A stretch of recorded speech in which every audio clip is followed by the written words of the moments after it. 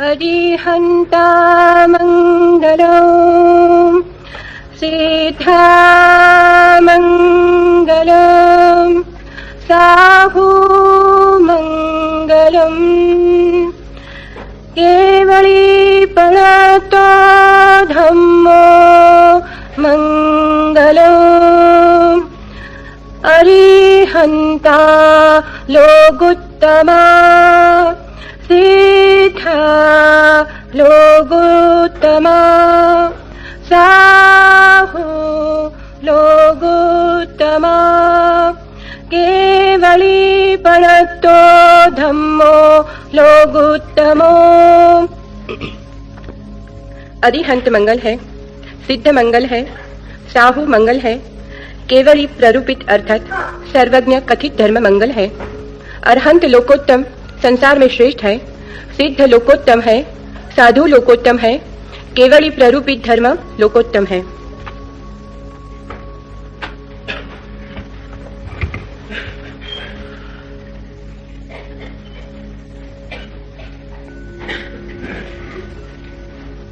महावीर ने कहा है, जिसे पाना हो उसे देखना शुरू करना चाहिए, क्योंकि हम उसे ही पा सकते हैं जिसे हम देखने में समर्थ हो जाएं। जिसे हमने देखा नहीं उसे पाने का भी कोई उपाय नहीं। जिसे खोजना हो उसकी भावना करनी प्रारंभ कर देनी चाहिए, क्योंकि इस जगत में हमें वही मिलता है जो मिलने के भी पहले जिसके लिए हम अपने हृदय में जगह बना लेते हैं। अतिथि घर आता हो तो हम इंतजाम कर लेते हैं उसके स्वागत का। अरिहंत को निर्मित करना हो स्वयं में, सिद्ध को पाना हो कभी, किसी क्षण स्वयं भी केवली बन जाना हो, तो उसे देखना, उसकी भावना करनी, उसकी आकांक्षा और अभिप्सा की तरफ चरण उठाने शुरू करने जरूरी है। महावीर से 2500 साल पहले चीन में एक कहावत प्रचलित थी, और वो कहावत थी लाओ त्से के द्वारा कही गई और बाद में संग्रहित की गई चिंतन की धारा का पूरा सार। वो कहावत थी, the superior physician cures the illness before it is manifested. जो श्रेष्ठ चिकित्सक है वो बीमारी के प्रकट होने के पहले ही उसे ठीक कर देता है। The inferior physician only cares for the illness which he was not able to prevent। और जो साधारण चिकित्सक है वो केवल बीमारी को दूर करने में थोड़ी बहुत सहायता पहुंचाता है जिसे वो रोकने में समर्थ नहीं था। हैरान होंगे जान के आप ये बात कि महावीर से 2500 साल पहले, आज से 5000 साल पहले चीन में चिकित्सक को बीमारी के ठीक करने के लिए कोई पुरस्कार नहीं दिया जाता था। उल्टा ही रिवाज था, या हम समझे कि हम जो कर रहे हैं वो उल्टा है। चिकित्सक को पैसे दिए जाते थे इसलिए कि वो किसी को बीमार न पड़ने दे, और अगर कभी कोई बीमार पड़ जाता तो चिकित्सक को उल्टे उसे पैसे चुकाने पड़ते थे। तो हर व्यक्ति नियमित अपने चिकित्सक को पैसे देता था ताकि वो बीमार ना पड़े, और बीमार पड़ जाए तो चिकित्सक को उसे ठीक भी करना पड़ता और पैसे भी देने पड़ते। जब तक वो ठीक ना हो जाता तब तक बीमार को फीस मिलती चिकित्सक के द्वारा। ये जो चिकित्सा की पद्धति चीन में थी उसका नाम है एक्यूपंक्चर। इस चिकित्सा की पद्धति को नया वैज्ञानिक समर्थन मिलना शुरू हुआ है। रूस में वे इस पर बड़े प्रयोग कर रहे हैं, और उनकी दृष्टि है कि इस सदी के पूरे होते होते रूस में चिकित्सक को बीमार न पड़ने देने की तनख्वाह देनी शुरू कर दी जाएगी, और जब भी कोई बीमार पड़ेगा तो चिकित्सक जिम्मेवार और अपराधी होगा।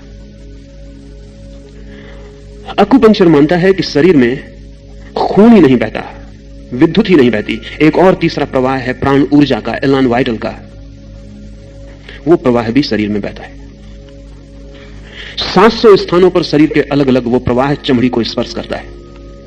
इसलिए एक्यूपंक्चर में चमड़ी पर जहां जहां प्रवाह अव्यवस्थित हो गया है वहां सुई चोप कर उस प्रवाह को संतुलित करने की कोशिश की जाती। बीमारी के आने के 6 महीने पहले उस प्रवाह में असंतुलन शुरू हो जाते। ये जान के आपको हैरानी होगी कि नाड़ी की जानकारी भी वस्तुतः खून के प्रवाह की जानकारी नहीं, नाड़ी के द्वारा भी उसी जीवन प्रवाह को समझने की कोशिश की जाती रही, और 6 महीने पहले नाड़ी अस्त व्यस्त होनी शुरू हो जाती, बीमारी के आने के 6 महीने पहले। हमारे भीतर जो प्राण शरीर है उसमें पहले बीज रूप में चीजें पैदा होती हैं और फिर वृक्ष रूप में हमारे भौतिक शरीर तक फैल जाती हैं। चाहे शुभ को जन्म देना हो, चाहे अशुभ को, चाहे स्वास्थ्य को जन्म देना हो, चाहे बीमारी को, सबसे पहले प्राण शरीर में बीज आरोपित करने होते हैं। ये जो मंगल की स्तुति है कि अरिहंत मंगल है, ये प्राण शरीर में बीज डालने का उपाय है। क्योंकि जो मंगल है उसकी कामना स्वाभाविक हो जाती है। हम वही चाहते हैं जो मंगल है, जो अमंगल है वो हम नहीं चाहते हैं। इसमें चाह की तो बात ही नहीं की गई है, सिर्फ मंगल का भाव है। अरिहंत मंगल है, सिद्ध मंगल है, साहू मंगल है, केवली पणत्तो धम्मो मंगलम।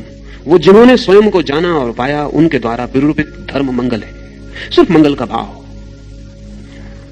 ये जान के हैरानी होगी कि मन का नियम है, जो भी मंगल है ऐसा भाव गहन हो जाए उसकी आकांक्षा शुरू हो जाती। आकांक्षा को पैदा नहीं करना पड़ता, मंगल की धारणा को पैदा करना पड़ता है। आकांक्षा मंगल की धारणा के पीछे छाया की भांति चली आती।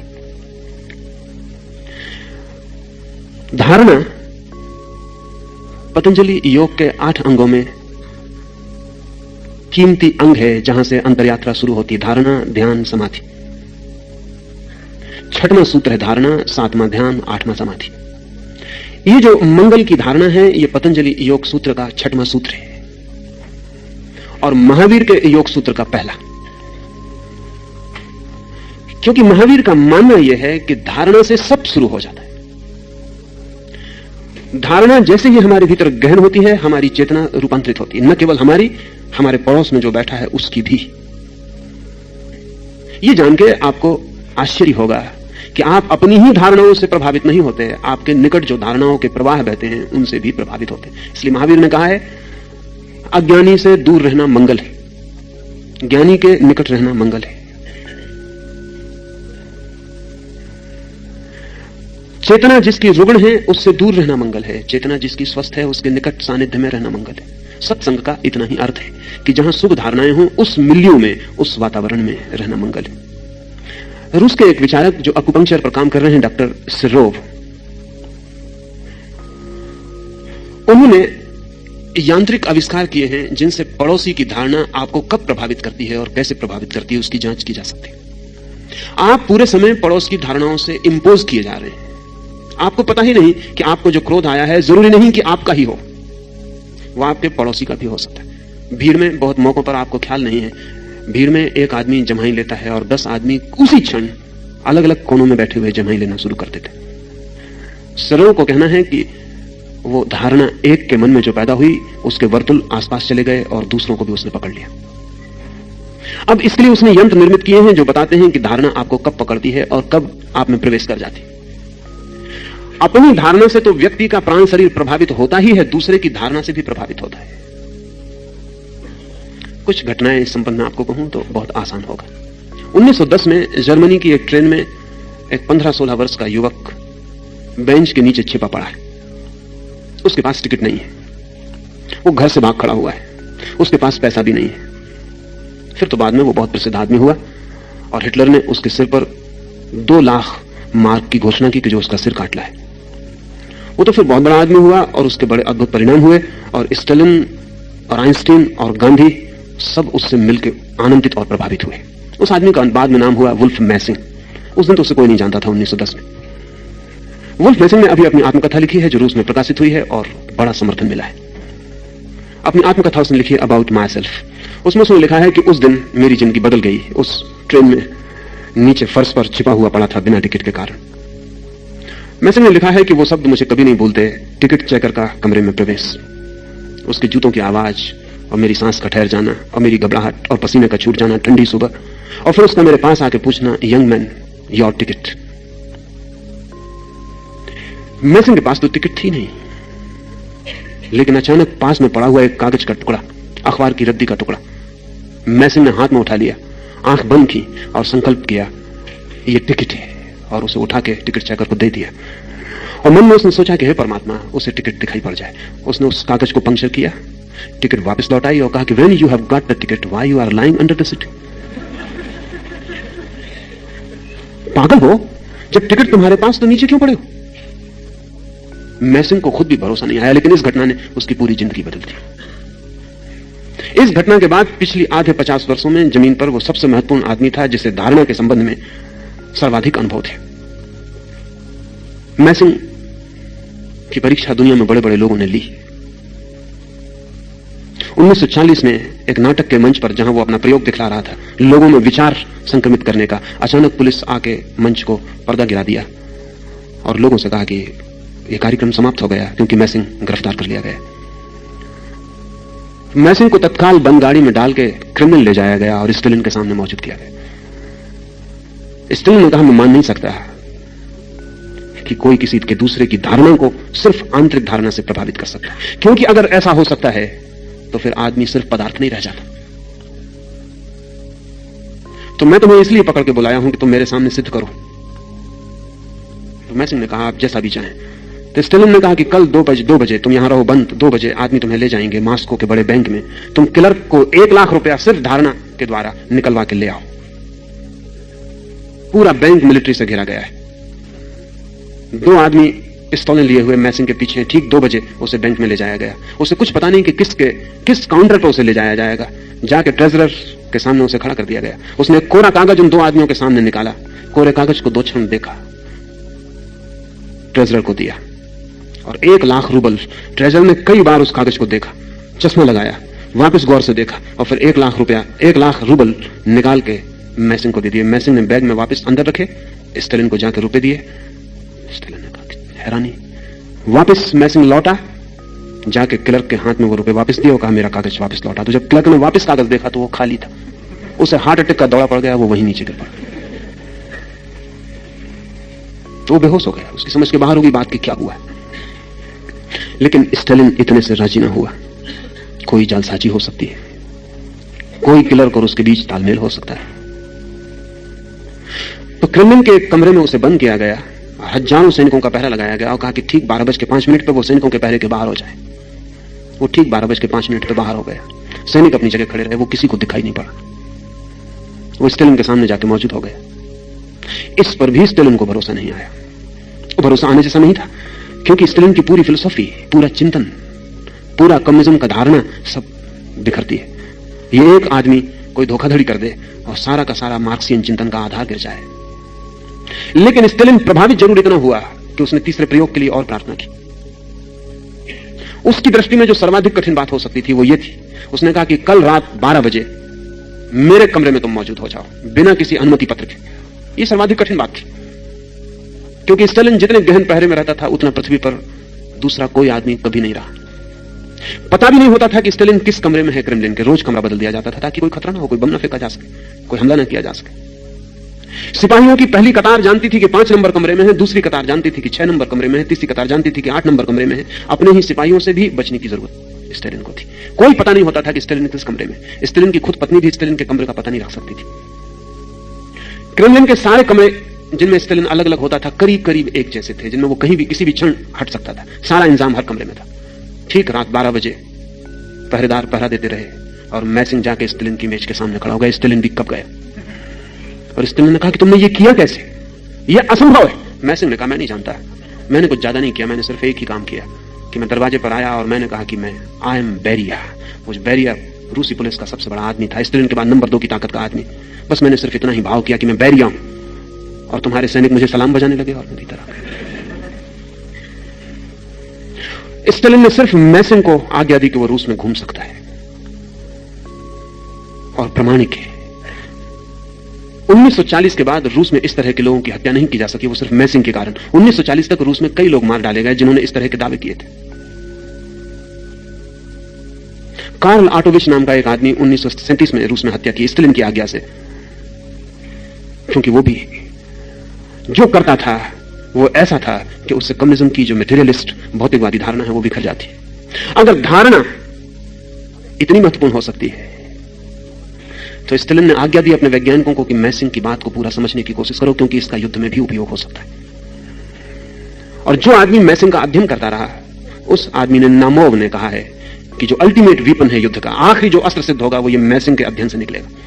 क्योंकि जिस राष्ट्र के हाथ में धारणा को प्रभावित करने के मौलिक सूत्र आ जाएंगे, उस राष्ट्र को अणु की शक्ति से हराया नहीं जा सकता। सच तो यह है कि जिनके हाथ में अणु बम हो उनको भी धारणा से प्रभावित किया जा सकता है कि वो अपने ऊपर ही फेंक ले।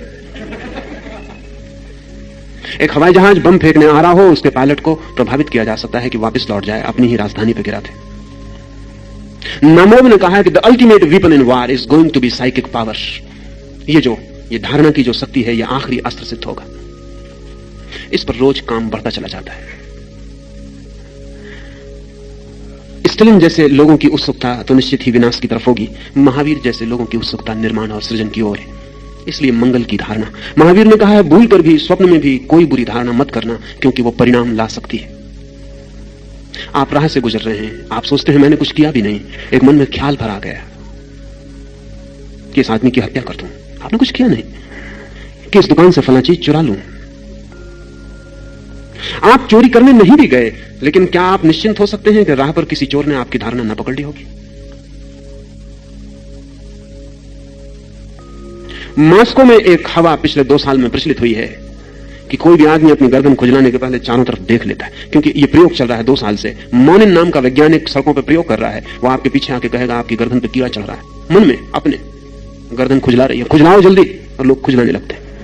अब तो यह खबर इतनी फैल गई क्योंकि उसने हजारों लोगों को प्रयोग किया है, राह के चौरस्तों पर खड़े होकर, होटल में बैठकर, ट्रेन में चढ़ के। और मोनिन इतना सफल हुआ है कि 98% सही होता है। जिसके पीछे खड़े होकर वो भावना करता है कि गर्दन खुजला रही है, कीड़ा चढ़ रहा है, जल्दी खुजलाओ, वो जल्दी खुजला। अब तो लोगों को पता चल गया सच में भी कीड़ा चढ़ा हो, तो लोग पहले देख लेते हैं कि वो मोनिन नाम का आदमी आसपास तो नहीं। जब से मोनिन का प्रयोग सफल हुआ है, तब से मस्तिष्क के बाबत एक नई जानकारी मिली है, और वो ये कि मस्तिष्क सामने से जितनी शक्ति रखता है, उससे चौगुनी शक्ति मस्तिष्क के पीछे के हिस्से में। तो पीछे से व्यक्ति को जल्दी प्रभावित किया जा सकता है, सामने सिर्फ एक हिस्सा है 4 गुना पीछे। और जो लोग, जैसे कि मैसिंग, या कल मैंने आपको कहा नेल्या नाम की महिला जो वस्तुओं को सरका सकती है, इनके मस्तिष्क के अध्ययन से पता चला है कि इनका मस्तिष्क पीछे 50 गुनी शक्ति से भरा हुआ है, सामने 1 तो पीछे 50। योग की निरंतर धारणा रही है कि मनुष्य का असली मस्तिष्क छिपा हुआ पीछे पड़ा है, और जब तक वो सक्रिय नहीं होता, तब तक मनुष्य अपनी पूर्ण गरिमा को उपलब्ध नहीं होगा। यह भी हैरानी की बात है कि अगर आप कोई बुरा विचार करते हैं, तो प्रकृति का अद्भुत नियम है कि आप मस्तिष्क के अगले हिस्से से करते हैं।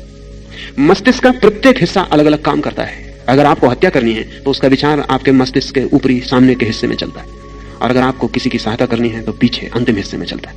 प्रकृति ने इंतजाम किया हुआ है कि शुभ की ओर आपको ज्यादा शक्ति दी हुई है, अशुभ की ओर कम शक्ति दी हुई है। लेकिन शुभ जगत में दिखाई नहीं पड़ता, और अशुभ जगत में बहुत दिखाई पड़ता है। हम शुभ की कामना ही नहीं करते, या अगर हम कामना भी करते हैं तो हम तत्काल विपरीत कामना करके उसे काट देते हैं। जैसे एक मां अपने बच्चे के जीने की कितनी कामना करती है, बड़ा हो, जिए, लेकिन किसी क्षण क्रोध में कह देती तू तो होते से ही मर जाता तो। उसे पता नहीं है कि 4 दफा उसने कामना की हो शुभ की, और एक दफा अशुभ की, तो भी विषाक्त हो जाता है, सब कट जाती है कामना। महावीर अपने साधुओं को कहते थे, मंगल की कामना में डूबे रहो 24 घंटे, उठते बैठते, श्वास लेते छोड़ते। स्वभाव होता है मंगल की कामना शिखर से शुरू करनी चाहिए, इसलिए वो कहते हैं अरिहंत मंगल है। वे जिनके आंतरिक समस्त रोग समाप्त हो गए, वे मंगल हैं, सिद्ध मंगल हैं, साधु मंगल हैं। और जाना जिन्होंने, जैन परंपरा केवली उन्हें कहती है जो जानने की दिशा में उस जगह पहुंच गए जहां जानने वाला भी नहीं रह जाता, जानी जाने वाली वस्तु भी नहीं रह जाती, सिर्फ जानना रह जाता है, सिर्फ केवल ज्ञान मात्र रह जाता, ओनली नोइंग। केवली जैन परंपरा उसे कहती है जो केवल ज्ञान को उपलब्ध हो गया, मात्र ज्ञान रह गया, जहां ना कोई जानने वाला बचा, जहां मैं का कोई भाव ना बचा, जहां कोई गे ना बचा, जहां कोई तू ना बचा, जहां सिर्फ जानने की शुद्ध क्षमता, प्योर कैपेसिटी टू नो। इसे ऐसा समझें कि हम एक कमरे में दिया जलाएं, तो दिए की बाती है, तेल है, दिया है, फिर कमरे में दिए का प्रकाश है, और उस प्रकाश से प्रकाशित होती चीजें हैं, कुर्सी है, फर्नीचर है, दीवार है, आप है। अगर हम ऐसी कल्पना कर सकें कि कमरा शून्य हो गया, न दीवार है, न फर्नीचर है, कुछ भी नहीं, दिए में तेल भी ना रहा, दिए की देह भी ना रही, सिर्फ ज्योति रह गई, प्रकाश मात्र रह गया, न तो दिया बचा और न प्रकाशित वस्तुएं बची, मात्र प्रकाश रह गया, आलोक, स्रोत रहित, कोई तेल नहीं, कोई बाती नहीं। और ऐसा आलोक जो किसी पर नहीं पड़ रहा है, शून्य में फैल रहा है। ऐसी धारणा है जैन चिंतन की केवली के संबंध में। जो परम ज्ञान को उपलब्ध होता है, वहां ज्ञान अकारण हो जाता है, कोई सोर्स नहीं होता। क्योंकि बात बहुत कीमती है, जैन परंपरा कहती है कि जिस चीज का भी सोर्स होता है वो कभी ना कभी चुक जाती, चुक ही जाएगी, कितना ही बड़ा स्रोत क्यों ना हो। सूर्य भी चुक जाएगा एक दिन, बड़ा है स्रोत, अरबों वर्षों से रोशनी दे रहा है। वैज्ञानिक कहते हैं अभी और अंदाजन 4000-5000 साल रोशनी देगा, लेकिन चुक जाएगा। कितना ही बड़ा स्रोत हो, स्रोत की सीमा है, चुक जाएगा। महावीर कहते हैं ये जो चेतना है, ये आनंद है, ये कभी चुक नहीं सकती, ये स्रोत रहित है। इसमें जो प्रकाश है वो किसी मार्ग से नहीं आता, वो बस है, इट जस्ट इज, कहीं से आता नहीं, अन्यथा एक दिन चुक जाएगा। कितना ही बड़ा हो, चुक जाएगा। महासागर भी चम्मचों से उलीच के चुकाए जा सकते हैं, कितना ही लंबा समय लगे, तो महासागर भी चम्मचों से उलीच के चुकाए जा सकते हैं। एक चम्मच थोड़ा तो कम कर ही जाती है, फिर और ज्यादा कम होता जाएगा। महावीर कहते हैं ये जो चेतना है ये स्रोत रहित है, इसलिए महावीर ने ईश्वर को मानने से इंकार कर दिया, क्योंकि अगर ईश्वर को माने तो ईश्वर स्रोत हो जाता है और हम सब उसी के स्रोत से जलने वाले दिए हो जाते, तो हम चुक जाएंगे। सच है ये कि महावीर से ज्यादा प्रतिष्ठा आत्मा को इस पृथ्वी पर और किसी व्यक्ति ने कभी नहीं दी है। इतनी प्रतिष्ठा कि उन्होंने कहा कि परमात्मा अलग नहीं, आत्मा ही परमात्मा है, इसका स्रोत अलग नहीं है, ये ज्योति ही स्वयं स्रोत है। ये जो भीतर जलने वाला जीवन है ये कहीं से शक्ति नहीं पाता, ये स्वयं ही शक्तिवान है। ये किसी के द्वारा निर्मित नहीं है, नहीं तो किसी के द्वारा नष्ट हो जाएगा। ये किसी पर निर्भर नहीं है, नहीं तो मोहताज रहेगा। ये किसी से कुछ भी नहीं पाता, ये स्वयं में समर्थ और सिद्ध है। जिस दिन ज्ञान इस सीमा पर पहुंचता है जहां हम स्रोत रहित प्रकाश को उपलब्ध होते हैं, सोर्सलेस, उसी दिन हम मूल को उपलब्ध होते हैं। जैन परंपरा ऐसे व्यक्ति को केवली कहती है। वो व्यक्ति कहीं भी पैदा हो, वो क्राइस्ट हो सकते हैं, वो बुद्ध हो सकते हैं, वो कृष्ण हो सकते हैं, वो लाओस से हो सकते हैं। इसलिए इस सूत्र में यह नहीं कहा गया महावीर मंगलम, कृष्ण मंगलम, ऐसा नहीं कहा। जैन धर्म मंगल है, ऐसा नहीं कहा।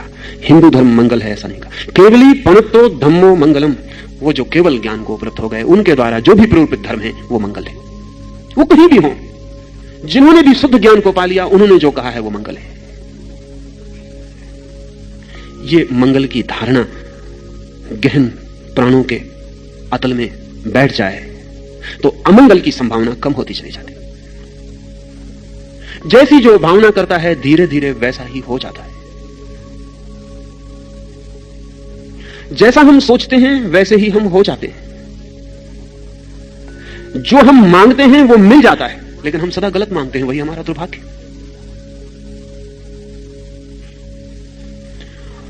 हम उसी की तरफ आंख उठाकर देखते हैं जो हम होना चाहते हैं।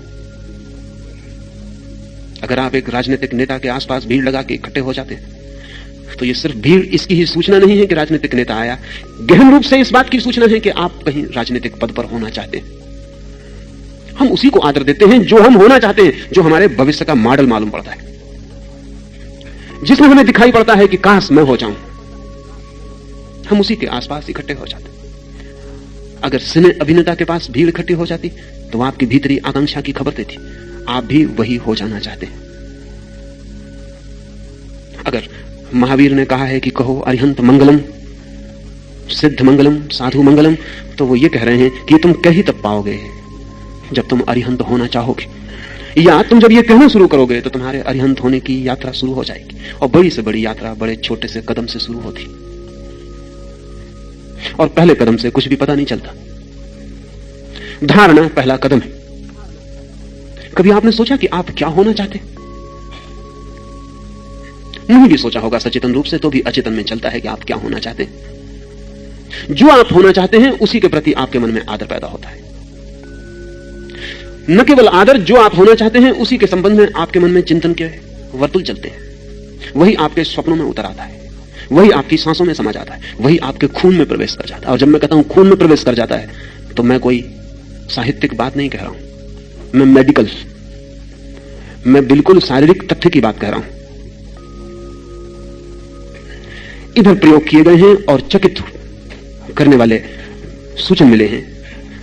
ऑक्सफोर्ड यूनिवर्सिटी में दिलावार प्रयोगशाला में विचार का खून पर क्या प्रभाव पड़ता है, दूसरे की धारणा का भी, आपकी धारणा को छोड़ दें, आपकी धारणा का तो पड़ेगा ही, दूसरे की धारणा का भी, अप्रगट धारणा का भी आपके खून पर क्या प्रभाव पड़ता है। अगर आप ऐसे व्यक्ति के पास जाते हैं जिसके हृदय से बहती करुणा और मंगल की भावना है, जो आपके लिए शुभ के अतिरिक्त और कुछ नहीं सोच पाता है, तो दिलावार लेबोरेटरी के प्रयोगों का 10 वर्षों का निष्कर्ष यह है कि आपके खून में ऐसे व्यक्ति के पास जाते ही जो आपके प्रति मंगल की भावना रखता है, सफेद कण 1500 की तादाद में तत्काल बढ़ जाते हैं, इमीडिएटली। दरवाजे के बाहर आपके खून की परीक्षा की जाए और फिर आप भीतर आ जाएं और मंगल की कामना से भरे हुए व्यक्ति के पास बैठ जाएं और फिर आपके खून की परीक्षा की जाए। आपके खून में सफेद व्हाइट ब्लड सेल्स, सफेद जो कोष हैं खून के, वो 1500 बढ़ जाते हैं। जो व्यक्ति आपके प्रति दुर्भाव रखता है उसके पास जाके 1600 कम हो जाते हैं तत्काल, इमीडिएटली। और मेडिकल साइंस कहती है कि आपके स्वास्थ्य की रक्षा का मूल आधार सफेद कणों की अधिकता है। वो जितने ज्यादा आपके शरीर में होते हैं उतना आपका स्वास्थ्य सुरक्षित है, वो आपके पहरेदार हैं। आपने देखा होगा, ख्याल नहीं किया होगा, चोट लग जाती है तो चोट लग के जो आपको मवाद पड़ जाती है, वो मवाद सिर्फ रक्षक हैं आपके शरीर के खून के सफेद कण। वे भाग के फौरन एक परत पहरेदारी की खड़ी कर देते हैं। जिसको आप मवाद समझते हैं वो मवाद नहीं है, वो आपकी दुश्मन नहीं है, वो खून के सफेद कण हैं जो तत्काल दौड़ के घाव को चारों तरफ से घेर लेते हैं, जैसे कि पुलिस ने पहरा लगा दिया हो, क्योंकि उनके परत को पार करके कोई भी कीटाणु शरीर में प्रवेश नहीं कर सकता, वो रक्षक है। डिलावार प्रयोगशाला में किए गए प्रयोगों ने चकित कर दिया है वैज्ञानिकों को कि क्या सुबह की भावना से भरे व्यक्ति का इतना परिणाम हो सकता है कि दूसरे के खून का अनुपात बदल जाए, आयतन बदल जाए, खून की गति बदल जाए, हृदय की गति बदल जाए, रक्तचाप बदल जाए। यह संभव है? अब तो इंकार करना कठिन है। डॉक्टर जगदीश चंद्र बसु के बाद दूसरा एक बड़ा नाम एक अमेरिकन का है, क्लीव बैकेस्टर का।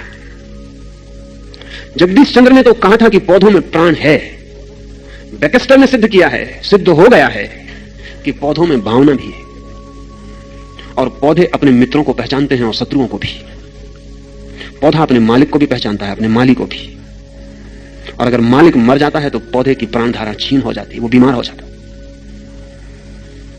पौधों की स्मृति को भी बैकेस्टर ने सिद्ध किया कि उनकी भी मेमोरी है। और जब आप अपने गुलाब के पौधे के पास जाके प्रेम से खड़े हो जाते हैं तो वो कल फिर आपकी उसी समय प्रतीक्षा करता है,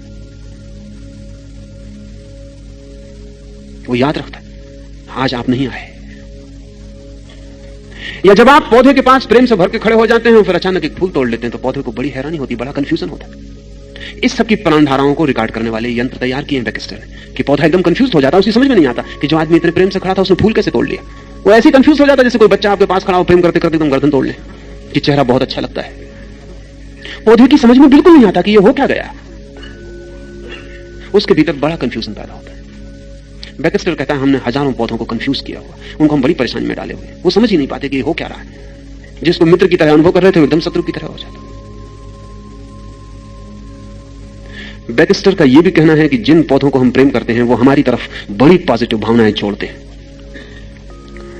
और बैकेस्टर ने सुझाव दिया है अमेरिकन मेडिकल एसोसिएशन को कि शीघ्र ही हम विशेष तरह के मरीजों को विशेष पौधों के पास ले जाकर ठीक करने में समर्थ हो जाएंगे। अगर उन पौधों को हमने इतना प्राणवान कर दिया, प्रेम से, भाव से, संगीत से, प्रार्थना से, ध्यान से, उनको इतना प्राण शक्ति से भर दिया तो उनके पास विशेष तरह के मरीज ले जाने से फायदा होगा। फिर हर पौधे में अपनी अपनी प्राण ऊर्जा की विशेषताएं, जैसे रेड रोज, लाल जो गुलाब है वो क्रोधी लोगों के लिए बड़े फायदे का हो सकता है, पंडित नेहरू को इसलिए उससे प्रेम रहा हो। क्रोध के लिए रेड रोज बहुत फायदे का है बैकेस्टर के हिसाब से, वो क्रोध को कम करता है, वो अक्रोध की धारणा को अपने चारों तरफ फैलाता है। उसका भी अपना आभा मंडल है। पौधों के पास भी हृदय है, माना कि वे अशिक्षित हैं लेकिन उनके पास हृदय है। आदमी बहुत शिक्षित होता चला जाता लेकिन हृदय खोता चला जाता। यह धारणा हृदय को जन्माने का आधार बन सकती है, मंगल की धारणा। निश्चित ही मंगल की धारणा, हम इतने कमजोर हैं और अमंगल हमें इतना सहज है कि हम अरिहंत पर भी मंगल की धारणा कर पाए तो चमत्कार है। हम ये भी कह पाए कि अरिहंत मंगल है तो भी मिरेकल है। पत्थर मंगल है इसके लिए तो कठिनाई पड़ेगी, दुश्मन मंगल है इसलिए तो बहुत कठिनाई पड़ेगी, शत्रु मंगल है इसलिए तो बहुत कठिनाई पड़ेगी।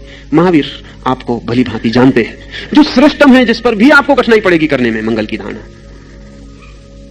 उससे शुरू करते हैं। अरिहंत, सिद्ध, साधु और जिन्होंने जाना उनके द्वारा प्ररूपित धर्म। धर्म का जैन परंपरा में वैसा अर्थ नहीं है जैसा अंग्रेजी के रिलीजन का या उर्दू के मजहब का, और वैसा अर्थ भी नहीं है जैसा हिंदू धर्म का। जैन परंपरा में धम्म का जो अर्थ है वो समझ लेना चाहिए, वो बहुत खूबी का है, विशिष्ट है और जैन दृष्टि को एक नए आयाम में फैलाता है। मजहब का अर्थ होता है क्रीड, एक मत, एक पंथ। अंग्रेजी के रिलीजन शब्द का अर्थ होता है करीब करीब वही जो योग का अर्थ होता है। वो जिस सूत्र से बना है रिलीगेर, उसका अर्थ होता है जोड़ना, आदमी को परमात्मा से जोड़ना। योग का भी वही अर्थ होता है, आदमी को परमात्मा से जोड़ना। लेकिन जैन चिंतन परमात्मा के लिए जगह ही नहीं रखता। इसलिए आप ये जान के हैरान होंगे कि जैन योग का अच्छा अर्थ नहीं मानते। जैन कहते हैं केवली अयोगी होता है, अयोगी, योगी नहीं। इसलिए महावीर को नासमझ कुछ भूल से भरे लोग महायोगी कहते हैं, वो गलती कहते हैं। वो जैन परंपरा के शब्द का उन्हें पता नहीं। महावीर कहते हैं जुड़ना नहीं है किसी से, जो गलत है उससे टूटना है, अलग होना है। अयोग, संसार से अयोग, तो स्वरूप उपलब्ध हो जाता है। योग कहता है परमात्मा से मिलन, तो स्वरूप उपलब्ध होता है। महावीर कहते हैं स्वरूप उपलब्ध ही है, जो हमें पाना है वो हमें मिला ही हुआ है, सिर्फ हम गलत चीजों से चिपके खड़े हैं इसलिए दिखाई नहीं पड़ रहा। वो गलत को छोड़ दें, अयुक्त हो जाएं, अलग हो जाएं। इसलिए जैन परंपरा में अयोग का वही मूल्य है जो हिंदू परंपरा में योग का। धर्म का बड़ा अनूठा अर्थ जैनों का है। महावीर कहते हैं कि वस्तु का जो स्वभाव है वही धर्म है, नेचर। धर्म का महावीर का वही अर्थ है जो लाओ से के ताओ का। वस्तु का जो स्वभाव है, जो उसकी स्वयं की अपनी परिणति है।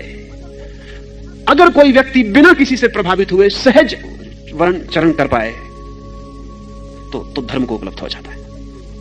अगर कोई व्यक्ति बिना प्रभावित हुए, इसलिए प्रभाव महावीर अच्छी बात नहीं मानते। किसी से भी प्रभावित होना बंधना है। सब इंप्रेशंस बांधने वाले। पूर्णतया अप्रभावित हो जाना, निज हो जाना है, स्वयं हो जाना है। इस निजता को, इस स्वयं होने को वे धर्म कहते हैं। केवली प्ररूपित धर्म का अर्थ होता है जब कोई व्यक्ति केवल ज्ञान मात्र रह जाता है, चेतना मात्र रह जाता है, तब वो जैसे जीता है वही धर्म है। उसका जीवन, उसका उठना, उसका बैठना, उसका हलन चलन, उसका सोना, वो जो भी करता है, उसकी आंख के पलक का उठना और हिलना, उसकी समस्त अस्तित्व में प्रकट होती हुई जो भी किरणें हैं, वही धर्म है। जैसे अग्नि अपने शुद्ध रूप में जलती हो तो धुआं पैदा नहीं होता। आप कहेंगे अग्नि तो जहां भी जलती वहां धुआं पैदा होता। तर्क की किताबों में लिखा हुआ है जहां जहां धुआं वहां वहां अग्नि। इसलिए जहां धुआं दिखे मान लेना कि अग्नि। लेकिन धुआं अग्नि से पैदा नहीं होता, केवल ईंधन के गीलेपन से पैदा होता है। अग्नि से उसका कोई लेना देना नहीं। अगर ईंधन बिल्कुल गीला ना हो तो धुआं पैदा नहीं होता। धुआं अग्नि का स्वभाव नहीं है, ईंधन का प्रभाव है। जो ईंधन गीला होता है तो पैदा होता है। तो कहना चाहिए कि वो पानी से पैदा होता है, वो अग्नि से पैदा नहीं होता धुआं। अगर बिल्कुल सूखा ईंधन है जिसमें पानी जरा भी नहीं है तो धुआं पैदा नहीं होगा। और अगर पैदा होता है तो जानना कि थोड़ा बहुत ईंधन गीला है।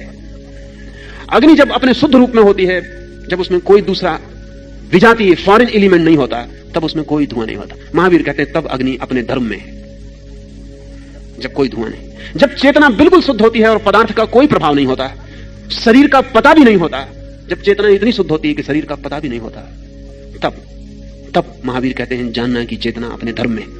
इसलिए महावीर कहते हैं प्रत्येक का अपना धर्म है। अग्नि का अपना है, जल का अपना है, पदार्थ का अपना है, चेतना का अपना है। शुद्ध हो जाना अपने धर्म में आनंद है, अशुद्ध रहना अपने धर्म में दुख है। तो धर्म का यहां अर्थ है स्वभाव। अपने स्वभाव में चले जाना, धार्मिक हो जाना, और अपने स्वभाव के बाहर भटकते रहना, अधार्मिक बने रहना।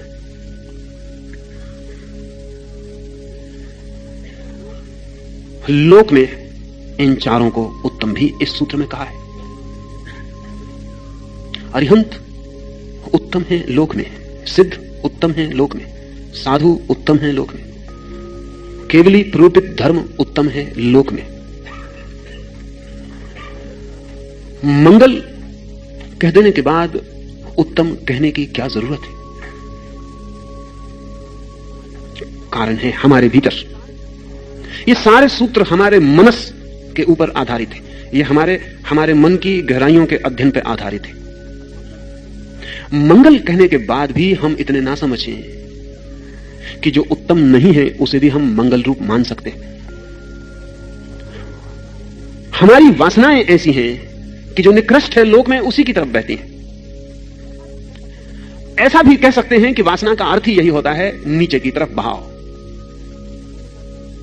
जो निकृष्ट है उसी की तरफ। रामकृष्ण कहा करते थे कि चील आकाश में भी उड़े तो तुम यह मत समझना कि उसका ध्यान आकाश में होता है।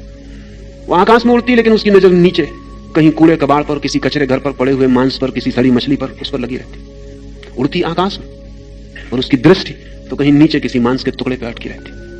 तो रामकृष्ण कहते थे भूल में मत पड़ जाना कि चील आकाश में उड़ रही इसलिए आकाश में ध्यान होगा, ध्यान तो उसका नीचे लगा रहता। इसलिए दूसरे सूत्र में महावीर का ये जो मंगल सूत्र है ये तत्काल जोड़ता है अरिहंत लोगोत्तम। अरिहंत उत्तम है, ये सिर्फ इशारे के लिए। सिद्ध उत्तम है, साधु उत्तम है। उत्तम का अर्थ है कि शिखर हैं जीवन के, श्रेष्ठ है, पाने योग्य, चाहने योग्य, होने योग्य। सविजर ने, किसी ने पूछा है सविजर को क्या है पाने योग्य, क्या है आनंद? तो सविजर ने कहा to be more and more, to be deep and deep, to be in and constantly turning into something more and more. कुछ ज्यादा में रूपांतरित होते रहना, कुछ श्रेष्ठ में बदलते रहना, कुछ गहरे और गहरे जाते रहना, कुछ ज्यादा और ज्यादा होते रहना। लेकिन हम ज्यादा तभी हो सकते हैं जब ज्यादा की, श्रेष्ठ की, उत्तम की धारणा हमारे निकट हो। शिखर दिखाई पड़ता हो तो यात्रा भी हो सकती है, शिखर ही ना दिखाई पड़ता हो तो यात्रा का कोई सवाल नहीं है। भौतिकवाद कहता है कोई आत्मा नहीं है, शिखर को तोड़ देता है। और जब कोई आत्मा नहीं है ऐसा कोई मान लेता है तो आत्मा को पाना है, इसका तो कोई सवाल ही नहीं रह जाता। फ्रायड यदि कह देता है कि आदमी वासना के अतिरिक्त और कुछ भी नहीं है तो आदमी तो वासना है ही, वो तत्काल मान लेता है। फिर वो कहता है जब वासना के अतिरिक्त कुछ है ही नहीं तो बात खत्म हो गई,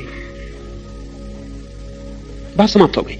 एक व्यक्ति कह रहा था किसी को कि मैं बहुत परेशान था क्योंकि मेरी कॉन्शियंस मुझे बहुत पीड़ा देती थी, मेरा अंतःकरण बहुत पीड़ा देता था। झूठ बोलूं तो, चोरी करूं तो, किसी स्त्री की तरफ देखूं तो बड़ी पीड़ा होती थी। तो फिर मैं मनोचिकित्सक के पास गया और मैंने इलाज करवाया और 2 साल में मैं बिल्कुल ठीक हो गया। तो उसके मित्र ने पूछा कि क्या अब चोरी का भाव नहीं उठता, स्त्री को देखकर वासना नहीं जगती, सुंदर को देखकर पाने का भाव पैदा नहीं होता? उसने कहा नहीं तुम मुझे गलत समझे, 2 साल में मनोचिकित्सक ने मुझे मेरी कॉन्शियंस से छुटकारा दिला दिया। अब पीड़ा नहीं होती, अब चिंता नहीं होती, अब अपराध अनुभव नहीं करता हूं। पिछले 50 सालों में पश्चिम का मनोचिकित्सक लोगों को अपराध से मुक्त नहीं करवा रहा, अपराध के भाव से मुक्त करवा रहा। ये कह रहा ये तो स्वाभाविक है, तो बिल्कुल स्वाभाविक है, ये तो होगा ही। अगर आज पश्चिम में जीवन ऐसी नीचे तल पर सरक रहा है, चल रहा है कहना ठीक नहीं, सरक रहा है जैसे सांप सरकता है, तो उसका बड़े से बड़ा जुम्मा पश्चिम के मनोवैज्ञानिक को है, क्योंकि वो निकृष्ट को कहता है कि यही स्वभाव है। और कठिनाई यह है कि निकृष्ट को स्वभाव मान लेना हमें आसान है क्योंकि हम परिचित हैं, और वो दलील ठीक लगती। जब महावीर कहते हैं अरिहंत लोगोत्तमा तो समझ में नहीं पड़ता कैसे लोगोत्तमा। अरिहंत को हम जानते नहीं, सिद्ध को हम जानते नहीं, कौन है ये? हमारे भीतर तो हमने सिद्ध जैसा कभी कोई क्षण अनुभव नहीं किया, अरिहंत जैसी हमने कभी कोई लहर नहीं जानी, साधु जैसा हमने कभी कोई भाव नहीं जाना, केवली प्ररूपित धर्म में हमने कभी प्रवेश नहीं किया। क्या हवा की बातें। तो अगर हम मान भी लें तो मजबूरी में मानते हैं, और उस मजबूरी का नाम हमने धर्म रखा हुआ है। किसी घर में पैदा हो गए जैन, मजबूरी, आपका कोई कृत्य नहीं, तो आप पर्यूषण है तो मजबूरी, तो आप जाते हैं मंदिर में, नमस्कार करते हैं, साधु को नमस्कार करते हैं, उपवास कर लेते हैं, व्रत कर लेते हैं, मजबूरी। किसी का कसूर नहीं, आप पैदा हो गए जैन घर में, इसमें किसी का कोई हाथ तो है नहीं। खोपड़ी में बचपन से सुनाया जा रहा है, वो भर गया, उसको निपटा लेते, बाकी कहीं स्फुरना नहीं है उसमें, कहीं कोई ऐसा सहज भाव नहीं है। क्या आपने ख्याल किया कि मंदिर जाते वक्त आपके पैर और सिनेमा गृह में जाते वक्त आपके पैरों की गति में बुनियादी भेद होता है, गुणात्मक, क्वालिटेटिव। मंदिर जैसे आप घसीटे जाते हैं, सिनेमा गृह जैसे आप जाते हैं, मंदिर जैसे एक मजबूरी, एक काम। प्रफुल्लता नहीं है चरण में, नृत्य नहीं है चरण में जाते समय, किसी तरह पूरा कर देना है। लेकिन निकृष्ट जीवन है, पूरा नहीं कर देना है। सुना है मैंने कि मुल्ला नसरुद्दीन जिस दिन मरा, उस दिन पुरोहित उसे परमात्मा की प्रार्थना कराने आए और कहा कि मुल्ला पश्चाताप करो, रिपेंट, पश्चाताप करो उन पापों के जो तुमने किए। मुल्ला ने आंख खोली और कहा कि मैं दूसरा ही पश्चाताप कर रहा हूं, जो पाप मैं नहीं कर पाया उनका पश्चाताप कर रहा हूं, अब मरा हूं। और कुछ पाप करने का मन था वो नहीं कर पाया। वो पुरोहित फिर भी नहीं समझ पाया, क्योंकि पुरोहितों से कम समझदार आदमी आज जमीन पर दूसरे नहीं। उसने कहा कि मुल्ला ये क्या तुम कहते हो, अगर तुम्हें दोबारा जन्म मिले तो क्या तुम वही पाप करोगे, वैसा ही जियोगे जैसा अभी जिए? मुल्ला ने कहा कि नहीं, बहुत फर्क करूंगा। मैंने इस जिंदगी में पाप बड़ी देर से शुरू किए, अगली जिंदगी में जरा जल्दी शुरू कर दूंगा। ये मुल्ला हम सब मनुष्यों के बाबत खबर दे रहा है। ये व्यंग है, यह आदमी पूरा व्यंग है हम सब पर। यह हमारी मनोदशा है। मरते वक्त हमें भी पश्चाताप होगा। पश्चाताप होगा उन औरतों का जो नहीं मिली, पश्चाताप होगा उस धन का जो नहीं पाया, पश्चाताप होगा उन पदों का जो चूक गए, पश्चाताप होगा उस सब का जो निकृष्ट था, जो पाने योग्य ही नहीं था। लेकिन क्या मरते वक्त पश्चाताप होगा कि अरिहंत ना मिले, सिद्ध ना मिले, केवली रूपित धर्म में प्रवेश ना मिला? नहीं। हो सकता है नमोकार आपके आसपास पढ़ा जा रहा होगा, लेकिन आपके भीतर उसको कोई प्रवेश नहीं हो पाया, क्योंकि जिन्होंने जीवन भर उसके प्रवेश की तैयारी नहीं की, वे अगर सोचते हो कि क्षण में उसका प्रवेश हो जाएगा तो वे ना समझे। जिन्होंने जीवन भर उस मेहमान के आने के लिए इंतजाम नहीं किया, वे सोचते हो अचानक वो मेहमान भीतर आ जाएगा तो वे गलती कर रहे हैं, वे दुराशाएं कर रहे हैं, वे हताश होंगे। लेकिन जो व्यक्ति निरंतर अरिहंत मंगल है, लोक में उत्तम है, श्रेष्ठ है, वही जीवन में पाने का ऐसा सूत्र ख्याल में रखता है। और कभी कभी ना भी समझ में आता हो फिर भी रिचुअल रिपीटिशन करता है, ना भी समझ में आता हो, ना भी ख्याल में आता हो, ऐसे ही दोहराए चला जाता है, तो भी तो ग्रूव्स बनते हैं। ऐसे भी दोहराए चला जाता है तो भी चित्त पर निशान बनते हैं। वे निशान किसी भी क्षण, किसी प्रकाश के क्षण में सक्रिय हो सकते हैं। जिसने निरंतर कहा है कि अरिहंत लोक में उत्तम है, उसने अपने भीतर एक धारा प्रवाहित की है, कितनी ही क्षीण, लेकिन जब वो अरिहंत होने के विपरीत जाने लगेगा तो उसके भीतर कोई उससे कहेगा कि तुम जो कर रहे हो वो उत्तम नहीं, वो लोक में श्रेष्ठ नहीं। जिसने कहा है सिद्ध लोक में श्रेष्ठ है, जब वो अपने को खोने जा रहा होगा तब कोई उसके भीतर स्वर कहेगा कि सिद्ध तो अपने को पाते हैं, तुम अपने को खोते हो, बेचते हो। जिसने कहा है साधु लोग उत्तम है, उसको किसी क्षण असाधु होते वक्त ये स्मरण रोकने वाला बन सकता है। जानकर समझकर किया गया तब तो परिणामदायी है ही, न जानकर न समझकर किया हुआ भी परिणामदायी हो जाता है, क्योंकि रिचुअल रिपीटिशन भी, सिर्फ पुनरुक्ति भी हमारे चित्त में रेखाएं छोड़ जाती है, मृत लेकिन फिर भी छोड़ जाती, और किसी भी क्षण वे सक्रिय हो सकती। ये नियमित पाठ के लिए है, नियमित भाव के लिए है, नियमित धारणा के लिए। इसमें अंतिम बात थोड़ा और ठीक से समझ लें। महावीर ने जिस परंपरा और जिस स्कूल, जिस धारा का उपयोग किया है, उसमें श्रेष्ठतम पर मनुष्य की ही शुद्ध आत्मा को रखा है। मनुष्य की ही शुद्ध आत्मा परमात्मा मानी है। इसलिए महावीर के हिसाब से इस जगत में जितने लोग हैं उतने भगवान हो सकते हैं। जितने लोग हैं, लोग ही नहीं, जितनी चेतनाएं हैं, वे सभी भगवान हो सकते हैं। महावीर की दृष्टि में भगवान का एक होने का जो ख्याल है वो नहीं। अगर ठीक से समझें तो दुनिया के सारे धर्मों में भगवान की जो धारणा है वो अरिस्टोक्रेटिक है, एक की। सिर्फ महावीर के धर्म में वो डेमोक्रेटिक है, सबकी। प्रत्येक व्यक्ति स्वभाव से भगवान है, वो जाने न जाने, वो पाए न पाए, वो जन्म जन्म भटके, अनंत जन्म भटके, फिर भी इससे कोई फर्क नहीं पड़ता, वो भगवान है। और किसी ना किसी दिन वो जो उसमें छिपा है प्रकट होगा, और किसी ना किसी दिन जो बीज है वो वृक्ष होगा, जो संभावना है वो सत्य बनेगा। महावीर अनंत भगवत्ताओं में मानते हैं, अनंत भगवत्ताओं में, इन्फिनिट डीटीज, एक एक आदमी डिवाइन है। और जिस दिन सारा जगत अरिहंत तक पहुंच जाए उस दिन जगत में अनंत भगवान होंगे। महावीर का अर्थ भगवान से है जिसने अपने स्वभाव को पा लिया। स्वभाव भगवान है। भगवान की बहुत अनूठी धारणा है। जगत को बनाने वाले का सवाल नहीं है भगवान से, जगत को चलाने वाले का सवाल नहीं है भगवान से। महावीर कहते हैं कोई बनाने वाला नहीं है, क्योंकि महावीर कहते हैं बनाने की धारणा ही बचकानी है। और बचकानी इसलिए है कि उससे कुछ हल नहीं होता। हम कहते हैं जगत को भगवान ने बनाया, फिर सवाल खड़ा हो जाता है कि भगवान को किसने बनाया। सवाल वहीं के वहीं बना रहता है, एक कदम और हट जाता है। फिर वो भगवान जो कहता है भगवान ने जगत को बनाया, वो कहता है भगवान को किसी ने नहीं बनाया। महावीर कहते हैं जब भगवान को किसी ने नहीं बनाया, ऐसा मानना ही पड़ता है कि कुछ है जो अनबना है, अनक्रिएटेड है, तो इस सारे जगत को ही अनक्रिएटेड मानने में कौन सी अड़चन? अड़चन तो एक ही थी मन को कि बिना बनाए कोई चीज कैसे बनेगी। इसलिए यह समझ लेने जैसा है कि महावीर के पास नास्तिक के लिए जो उत्तर है वो तथाकथित ईश्वरवादी के पास नहीं है। क्योंकि नास्तिक ईश्वरवादी से यही कहता है कि तुम्हारे भगवान ने क्यों बनाया, तो बड़ी कठिनाई खड़ी होती है फिर। और बड़ी कठिनाई यह खड़ी होती है कि ईश्वरवादी को मानना पड़ता है कि उसमें वासना उठी जगत को बनाने की। जब भगवान तक में वासना उठती है तो आदमी को वासना से मुक्त करने का फिर कोई उपाय नहीं। भगवान ने चाहा, ही डिजायर्ड। जब भगवान भी चाहता है और भगवान भी बिना चाह के शांत नहीं रह सकता, तो फिर आदमी को अचाह में कैसे ले जाओगे? क्या भगवान परेशान था, जगत नहीं था? तो कोई पीड़ा होती थी। वैसे ही जैसे एक चित्रकार को चित्र न बने तो होती, एक कवि को कविता निर्मित न हो पाए तो होती, क्या ऐसा ही परेशान और चिंतित होता था? क्या उसमें भी चिंता और तनाव घर करते? तो ईश्वरवादी दिक्कत में रहा है। उसको स्वीकार करना पड़ता है कि भगवान ने चाहा, और तब बहुत बेहुदी बातें उसको स्वीकार करनी पड़ती। तो उसे स्वीकार करना पड़ता है ब्रह्मा ने स्त्री को जन्म दिया और फिर उसी को चाहा, क्योंकि उस ब्रह्मा और चाह में कोई तालमेल बिठाना पड़ेगा।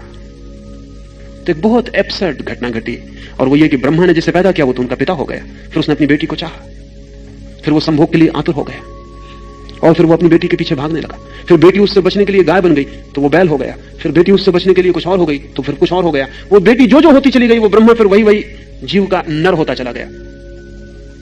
तो अगर ब्रह्मा भी ऐसा चाह में भाग रहा हो, तो आप जब सिनेमा ग्रह जाते हैं तो बिल्कुल ब्रह्म स्वरूप है, बिल्कुल ठीक चले जा रहे हैं, आपको कोई अड़चन नहीं होनी चाहिए, आप उचित ही कर रहे हैं। वो स्त्री फिल्म अभिनेत्री हो गई तो आप फिल्म दर्शक हो गए, आप चले जा रहे हैं। तब फिर सारा जगत वासना का फैलाव हो जाता है। महावीर ने इसे जड़ से काट दिया। महावीर ने कहा कि नहीं, अगर भगवत्ता की तरफ ले जाना है लोगों को तो भगवान को शून्य करो। बड़ी अजीब बात, अगर लोगों को भगवान बनाना है तो ये भगवान की धारणा को अलग करो। बहुत अजीब, क्योंकि महावीर ने कहा कि भगवान में ही चाह को रख दोगे पहले, डिजायर को रख दोगे पहले, क्योंकि उसके बिना तो जगत का निर्माण ना होगा। तो फिर आदमी से चाह को शून्य करने का कारण क्या बचेगा? तो महावीर ने कहा जगत अनिर्मित है, अनक्रिएटेड है, किसी ने बनाया नहीं है। और विज्ञान के लिए भी यही लॉजिकल तर्कयुक्त मालूम पड़ता है, क्योंकि इस जगत में कोई चीज बनाई हुई नहीं मालूम पड़ती, है ही। और ना इस जगत में कोई चीज नष्ट होती मालूम पड़ती है, ना कोई चीज निर्मित होती मालूम पड़ती है, सिर्फ रूपांतरित होती मालूम पड़ती है। इसलिए महावीर ने जो परिभाषा की है पदार्थ की, वो इस जगत में की गई सर्वाधिक वैज्ञानिक परिभाषा है। अद्भुत शब्द महावीर ने खोजा है पुद्गल, मैटर के लिए, और ऐसा शब्द जगत की किसी भाषा में नहीं है। पदार्थ के लिए महावीर ने पदार्थ नहीं कहा, नया शब्द गढ़ा, पुद्गल। पुद्गल का अर्थ है जो बनता और मिटता रहता है और फिर भी है, जो प्रतिपल बन रहा है और मिट रहा है और है। जैसे नदी प्रतिपल भागी जा रही है, चली जा रही है, हुई जा रही और फिर भी है, फ्लोइंग एंड इज, बह रही है और है। महावीर ने कहा कि जो चीज बन रही है, मिट रही है, ना बन के सृजन होता उसका, ना मिट के समाप्त होती। बिकमिंग, पुद्गल का अर्थ है becoming, never being and always becoming. कभी है की स्थिति में भी नहीं आती पूरी की ठहर जाए, बस होती रहती। तो महावीर ने कहा पुद्गल वो है जो प्रतिपल जन्म रहा, प्रतिपल मर रहा, फिर भी कभी निर्मित नहीं होता, फिर भी कभी समाप्त नहीं होता, चलता रहता है। गत्यात्मक पदार्थ डेड कंसेप्ट है। अंग्रेजी का मैटर भी डेड वर्ड है, मरा हुआ शब्द है। अंग्रेजी के मैटर का कुल मतलब होता है जो नापा जा सके, वो मेजर से बना हुआ शब्द है। संस्कृत या हिंदी के पदार्थ का अर्थ होता है जो अर्थवान है, अस्तित्ववान है। पुद्गल का अर्थ होता है जो हो रहा है, इन द प्रोसेस। प्रोसेस का नाम पुद्गल है, क्रिया का नाम पुद्गल है। जैसे आप चल रहे, एक कदम उठाया, दूसरा रखा, दोनों कभी आप ऊपर नहीं उठाते, एक उठता है तो दूसरा रख जाता है। इधर एक बिखरता है तो उधर दूसरा तत्काल निर्मित हो जाता है। प्रोसेस चलती रहती है। पदार्थ का एक कदम हमेशा बन रहा है और एक कदम हमेशा मिट रहा है। जिस कुर्सी पे आप बैठे वो मिट रही है, नहीं तो 50 साल बाद राख कैसे हो जाएगी। जिस शरीर में आप बैठे वो मिट रहा है, लेकिन बन भी रहा है। 24 घंटे आप उसको खाना दे रहे हैं, वायु दे रहे हैं, वो निर्मित हो रहा है, निर्मित होता चला जा रहा है और बिखरता भी चला जा रहा है। Life and death both simultaneous, जीवन और मरण एक साथ दो पैर की तरह चल रहे हैं। महावीर ने कहा जगत पुद्गल है, इसमें सब चीजें सदा से हैं, बन रही हैं, मिट रही हैं, ट्रांसफॉर्मेशन चलता रहता है, ना कोई चीज कभी समाप्त होती, ना कभी निर्मित होती। इसलिए निर्माता का कोई सवाल नहीं है, इसलिए परमात्मा में वासना की कोई जरूरत नहीं है। सारे धर्म परमात्मा को जगत के पहले रखते हैं, महावीर परमात्मा को जगत के अंत में रखते हैं। इसका फर्क समझ लें। सारे धर्म परमात्मा को कहते हैं कॉज, कारण है, महावीर कहते हैं इफेक्ट, परिणाम। महावीर का अरिहंत अंतिम मंजिल है। भगवान तब होता है व्यक्ति जब वो सब पा लिया, पहुंच गया वहां जिसके आगे और कोई यात्रा नहीं। दूसरे धर्मों का भगवान बिगिनिंग में है, दुनिया जब शुरू होती है वहां, जहां दुनिया समाप्त होती है महावीर की भगवत्ता की धारणा वहां है। तो वे सब कहते हैं कि दुनिया को बनाने वाला भगवान है, महावीर कहते हैं दुनिया को पार कर जाने वाला भगवान, one who goes beyond. Mahavir प्रथम नहीं रखते, अंतिम रखते हैं। कॉज नहीं इफेक्ट, कारण नहीं कार्य। दुनिया का भगवान बीज की तरह है, महावीर का भगवान फूल की तरह है। दुनिया कहती है भगवान से सब पैदा होता है, महावीर कहते हैं जहां जाके सब खुल जाता और प्रकट हो जाता, खिल जाता वहां। तो महावीर के जो अरिहंत की, सिद्ध की, भगवान की भगवत्ता की धारणा है, वो चेतना के पूरे खिल जाने की, फ्लावरिंग की, जहां सब खिल जाता है। इस खिले हुए फूल से जो झरती है सुवास, केवली पणत्तो धम, उसको उन्होंने कहा। इस खिले हुए फूल से जो झरती है सुवास, इस खिले हुए फूल से जो आनंद प्रकट होता है, इस खिले हुए फूल का जो स्वभाव है, वो केवली द्वारा प्रूपित धर्म है। और उसे वो कहते हैं वो लोक में उत्तम है, वो जो फूल की तरह अंत में खिलता है, क्लाइमेक्स, शिखर। शास्त्र में लिखा हुआ धर्म लोक में उत्तम है, ऐसा महावीर नहीं कहते। नहीं तो वो कहते हैं शास्त्र प्रूपित धर्म लोकोत्तम है। वेद को मानने वाला कहता है वेद में जो प्रूपित धर्म है वो लोक में उत्तम है। बाइबल को मानने वाला कहता है बाइबल में जो धर्म प्रूपित है वो उत्तम है। कुरान को मानने वाला कहता है कुरान में जो धर्म प्रूपित है वो उत्तम है। गीता को मानने वाला कहता है गीता में जो धर्म की प्रूपना हुई है वो उत्तम है। महावीर कहते हैं केवली पणत्तो धम्मो, नहीं शास्त्र में कहा हुआ नहीं, केवल ज्ञान के क्षण में जो झरता है वही जीवंत।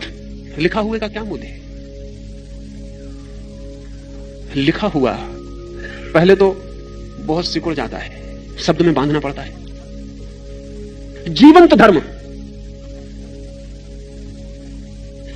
अभी से इसके बहुत अर्थ होंगे, इसका अर्थ होगा लेकिन केवली प्रूपित जो धर्म है वो शास्त्र में लिख लिया गया है। तो जैन अब उस शास्त्र को सिर पे ढोए चले जाते हैं, वैसे जैसे कुरान को कोई ढोता है, गीता को कोई ढोता है। ये महावीर के साथ जाति है। जाति इसलिए है कि महावीर ने कभी कहा नहीं कि शास्त्र में प्रूपित धर्म, ऐसा भी नहीं कहा कि मेरे शास्त्र में कहा हुआ धर्म। लेकिन बड़ी कठिनाई है, और महावीर ने खुद कोई शास्त्र निर्मित नहीं किया, महावीर ने कुछ लिखवाया भी नहीं। महावीर के मरने के सैकड़ों वर्ष बाद महावीर के वचन लिखे गए। महावीर ने लिखवाया नहीं, लिखा नहीं। और भी कठिन बात है, और वो ये कि महावीर ने कहा नहीं, वो जरा कठिन है।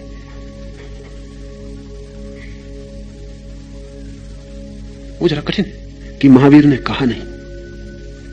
महावीर तो मौन रहे, महावीर तो बोले नहीं। तो महावीर की जो वाणी है वो कही हुई नहीं, सुनी हुई है। महावीर का जो धर्म का रूपण है वो मौन, टेलीपैथिक ट्रांसमिशन है। और इसलिए एक बहुत पुराण जैसी लगती बात आपसे कहूं, कथा जैसी, लेकिन जल्दी ही सही वैज्ञानिक आधार उसको मिलते चले जाते। महावीर जब बोलते तो बोलते नहीं थे, बैठते। उनके अंतर आकाश में जरूर ध्वनि गूंजती। ओंठ का भी उपयोग न करते, कंठ का भी उपयोग न करते। अगर मैसिंग एक साधारण व्यक्ति जो कोई अरिहंत नहीं, अगर एक कागज के टुकड़े को सिर्फ अंतर्वाणी के द्वारा कह सकता है ये टिकट है, बोला तो नहीं, कहा तो नहीं, लेकिन टिकट कलेक्टर ने तो, चेकर ने तो जाना, सुना कि टिकट है। अगर एक कोरे कागज पर लाख रुपया दिए जा सकते हैं तो पढ़ा तो गया, लिखा नहीं गया। ट्रेजरर ने पढ़ा तो कि लाख रुपए देने हैं। तो महावीर ने टेलीपैथिक कम्युनिकेशन का गहन प्रयोग किया। बोले नहीं, सुने गए। He was heard. मौन बैठे, पास लोग बैठे, उन्होंने सुना। और इसीलिए जो जिस भाषा में समझ सकता था उसने उस भाषा में सुना। इसमें भी थोड़ा समझ लेना जरूरी है, क्योंकि हम जो भाषा नहीं समझते उसमें कैसे सुनेंगे। और जानवर भी इकट्ठे थे, पशु भी इकट्ठे थे, और पौधे भी खड़े थे, और कथा कहती उन्होंने भी सुना। तो अगर बैकेस्टर कहता है कि पौधों के भाव हैं, और वे समझते हैं आपकी भावनाएं। आप जब दुखी होते हैं, पौधों को प्रेम करने वाला व्यक्ति जब दुखी होता तो वे दुखी हो जाते हैं। अब जब घर में उत्सव मनाया जाता तो वे प्रफुल्लित हो जाते हैं। जब आप उनके पास खड़े होते हैं तो उनमें आनंद की धाराएं बहती हैं। जब घर में कोई मर जाता है तो वे भी मातम मनाते हैं। इसके जब अब वैज्ञानिक प्रमाण हैं तो क्या बहुत कठिनाई है कि महावीर के हृदय का संदेश पौधों की स्मृति तक पहुंच जाए? अभी सारे दुनिया में जो प्रयोग किए जा रहे हैं अनकॉन्शियस पर, अचेतन पर, उनसे सिद्ध होता है कि हम अचेतन में कोई भी भाषा समझ सकते हैं, कोई भी भाषा।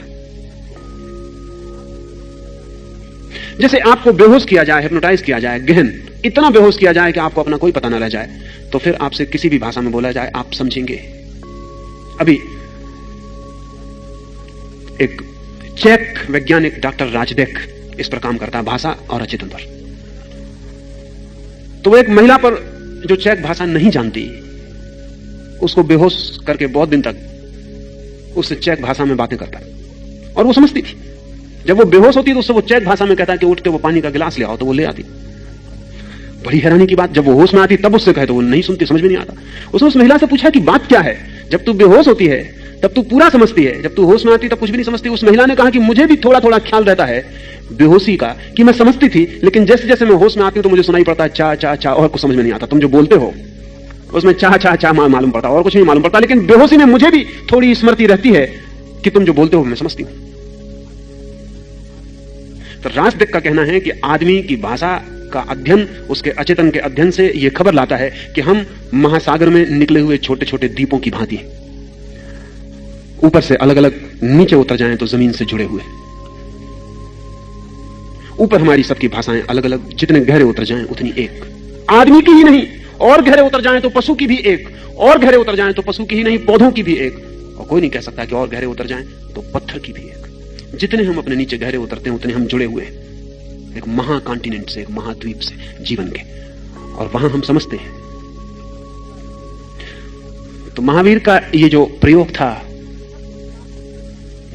निशब्द विचार संचरण का, टेलीपैथी का, ये आने वाले 20 वर्षों में विज्ञान कहेगा कि पुराण कथा नहीं है। इस पर काम तेजी से चलता है और स्पष्ट होती जाती हैं बहुत सी अंधेरी गलियां, बहुत से गलिहारे जो साफ नहीं थे। इसका अर्थ यह हुआ कि अगर हमें किसी व्यक्ति को दूसरी भाषा सिखानी हो तो राजबेक कहता है कि चेतन रूप से सिखाने में व्यर्थ कठिनाई हम उठाते। इसलिए राजबेक ने एक संस्था खोली है। और एक दूसरा वैज्ञानिक है बल्गेरिया में, डॉक्टर लोरेंजो, उसने एक इंस्टीट्यूट खोली। लोरेंजो के इंस्टीट्यूट का नाम है इंस्टीट्यूट ऑफ सजेस्टोलॉजी। अगर हम उसे ठीक अनुवाद करें तो उसका अर्थ होगा मंत्र महाविद्यालय। सजेस्टोलॉजी का अर्थ होता है मंत्र। आप जानते हैं ना, सलाह देने वाले को हम मंत्री कहते हैं, सुझाव देने वाले को मंत्री कहते हैं। मंत्र का अर्थ है सुझाव, सजेशन। लोरेंजो की इंस्टीट्यूट सरकार के द्वारा स्थापित हो, बल्गेरियन सरकार कम्युनिस्ट है। इसमें 30 वैज्ञानिक लोरेंजो के साथ काम कर रहे हैं। और लोरेंजो का कहना है कि 2 साल का कोर्स हम 20 दिन में पूरा करवा देते हैं। कोई भी 2 साल का कोर्स, जो भाषा आप 2 साल में सीखेंगे चेतन रूप से, वो लोरेंजो आपको सम्मोहित रिक्त हालत में छोड़ के 20 दिन में सिखा देता है। और एक नई शिक्षा की पद्धति लोरेंजो ने विकसित की है जो कि जल्दी सारी दुनिया को पकड़ लेगी, और वो बिल्कुल उल्टी जो अभी आप करवा रहे हैं। और उसके हिसाब से, और मैं मानता हूं कि वो ठीक है, मेरे हिसाब से भी हम जिसको शिक्षा कह रहे हैं वो शिक्षा नहीं है, निपटना समझिए। लोरेंजो ने जो स्कूल खोला है, उस स्कूल में बच्चों को बैठने के लिए आराम कुर्सियां हैं, कुर्सियां नहीं, आराम कुर्सियां जैसा कि हवाई जहाज में होती, जिन पर वो आराम से लेट जाते। डिफ्यूज कर दिया जाता प्रकाश, जैसा कि हवाई जहाज उड़ता है तब कर दिया जाता, तेज रोशनी नहीं। और विशेष संगीत कमरे में बजता रहता। कोई स्कूल रहा, ये मामला सब खराब हो गया, पूरे वक्त संगीत बजता रहता। और विद्यार्थियों से कहा जाता है कि आंख चाहो आधी बंद कर लो, चाहो पूरी बंद कर लो, और संगीत पर ध्यान दो, संगीत पर। और शिक्षक पढ़ा रहा, उस पर ध्यान मत दो, don't give any attention to the teacher. शिक्षक पढ़ा रहा है, उस पर भूल के ध्यान मत देना, उसी से गड़बड़ हो जाती। तुम तो संगीत सुनते रहना, तुम शिक्षक को सुनना ही मत। ये तो उल्टा हो गया, क्योंकि शिक्षक ये तो बेचारा परेशान है, हमको सुन नहीं रहा, तो डंडा बजा रहा है पूरे वक्त कि हमें सुनो। लड़के कहीं बाहर देख रहे हैं, कहीं पक्षियों को सुन रहे हैं, कहीं कुछ और कर रहे हैं, और शिक्षक कह रहा है हमें सुनो। वही तो सारा 3000 साल का शिक्षक और विद्यार्थी का झगड़ा है जो अब अपनी चरम सीमा पर पहुंच गया कि हमें सुनो। और लोरेंजो कहता है कि इसीलिए तुम 2 साल लग जाते हैं सिखाने में, क्योंकि जब कोई व्यक्ति सचेतन रूप से सुनता है तो उसका ऊपरी मन सुनता है। तो वो कहता है ऊपरी मन को तो लगा दो संगीत सुनने में, तब उसका भीतरी मन का द्वार सुनता रहेगा। और 2 साल का कोर्स वो 20 दिन में पूरा कर देता है किसी भी भाषा का। और 20 दिन में आदमी उतना कुशल हो जाता है दूसरी भाषा बोलने में जितना 2 साल में नहीं हो पाता। बात क्या है? बात कुल इतनी ही है कि नीचे गहरे में हमारी बड़ी क्षमताएं छिपी हैं,